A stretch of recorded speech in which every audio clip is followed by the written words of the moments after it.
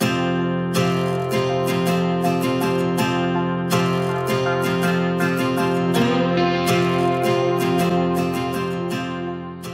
everyone, welcome to this watercolor drawing lesson. And I'm using for this a Winsor Newton watercolor paint and also this paint on multi-technique Clairefontaine drawing paper. It's very thick, as you can see, and the Winsor and this watercolor paint was actually suggested to me by my friend Smoothie. He is one of the people that I've met on the YouTube, and as you can see, this paper is colored and ideal for when you are a starter watercolor painter like me. It's ideal because you can start practicing watercoloring but also use white. And it was suggested by to me by Smoothie, and I will put a link in for his channel, so check him out also. And here I'm starting with the colors that I've mixed, just some green, some blue, and a little bit of sienna, also a little bit of ochre. And the nice thing is, when drawing rocks, you don't have to be an excellent drawer to do this. You can just make some smeary spots.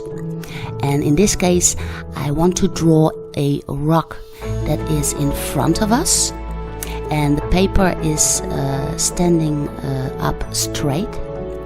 So I need that space to get the feel of height. And the blending, I'm still a beginner at. The blending is done on the box itself. Here you can see me putting in blue for the sky. And I'm using a lot of water. You can see it dripping down a little bit because the board that I'm working on is not flat but a little bit tilted down. And here you can see me putting in the white for the sky, and I'm placing it next to the blue so it blends together on the colored paper.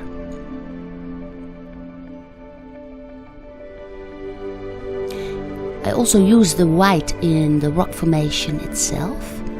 You can see in front is a rock that is really nearby, but you can also see some fake mountains in the background. I'm putting in a little bit of light blue on them, and what you get is kind of an atmospheric perspective. To get some kind of black, I also put in my darkest red. So I've combined the darkest red, the darkest blue, the darkest green all together to create some kind of black, because black is not in this box. So you have to create it yourself.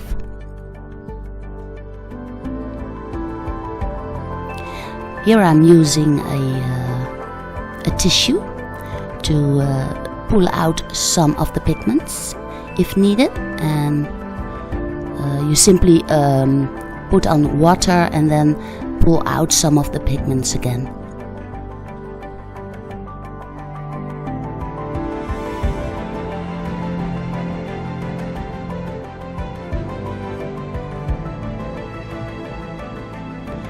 Here I'm using some little bit more white, which is actually nice because I'm not very practiced yet, so I'm very happy with this white to get the rock formations visible.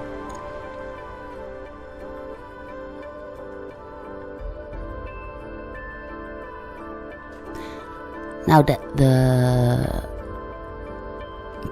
painting is dried up a little bit, I can even put in some more white for the clouds that are nearby to make them shine up.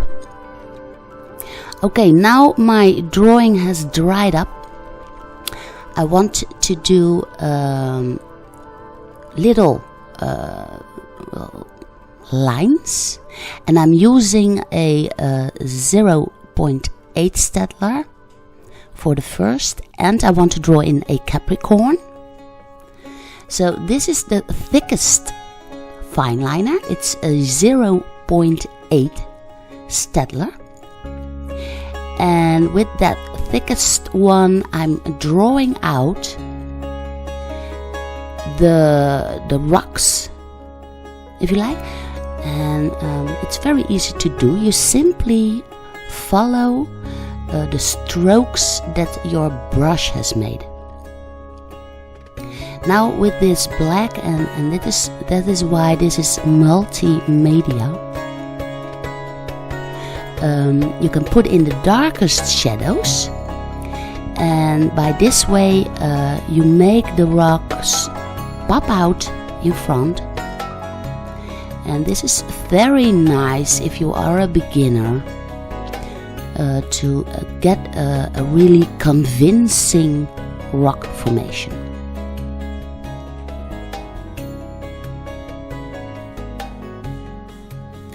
Now this rock I've totally made up myself. I simply googled some rock formations, watched them for about half an hour, and then I simply go and draw by heart, using my imagination, and try to get some convincing rocks on the paper.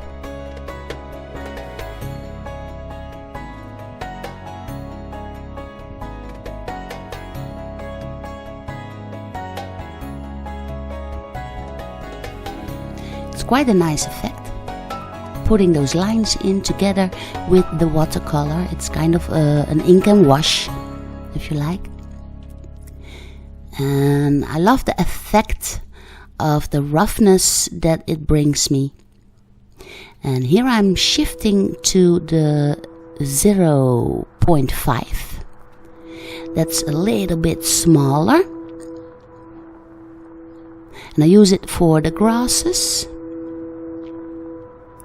And on the left you see the 0.05, and that is really, really fine. And I use that one for the sloping hills in the back. And also here I'm just following the strokes that the brush made, and I'm also using it for the very fine detail on the front.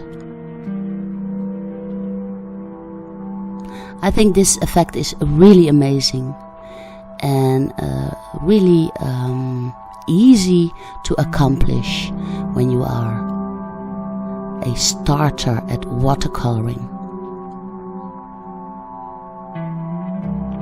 Okay, now for the Capricorn, I'm using a watercolor pencil, and that is because I am I'm not practiced yet at the fine work with watercolor. So as I am a drawer, I'm using a pencil for this.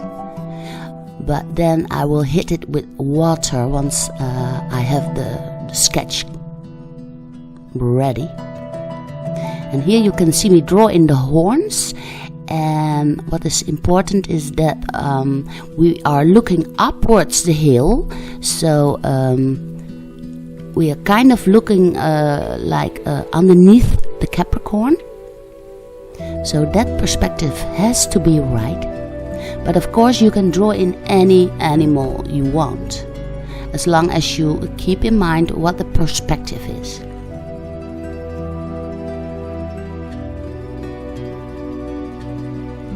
Then here I'm drawing in a little bit with the fineliner. I want to create some shadows. And here I'm hitting the Capricorn with the water, because it has to be in the same technique as the rest of my drawing. So here I have control and putting in some detail again with the pencil, because I have control that way, and I do not want to get too much detail into the Capricorn. It's just not all the how do you call it? I do not want it to be all about the Capricorn. It has to be about the rock, and the Capricorn just happens to be there.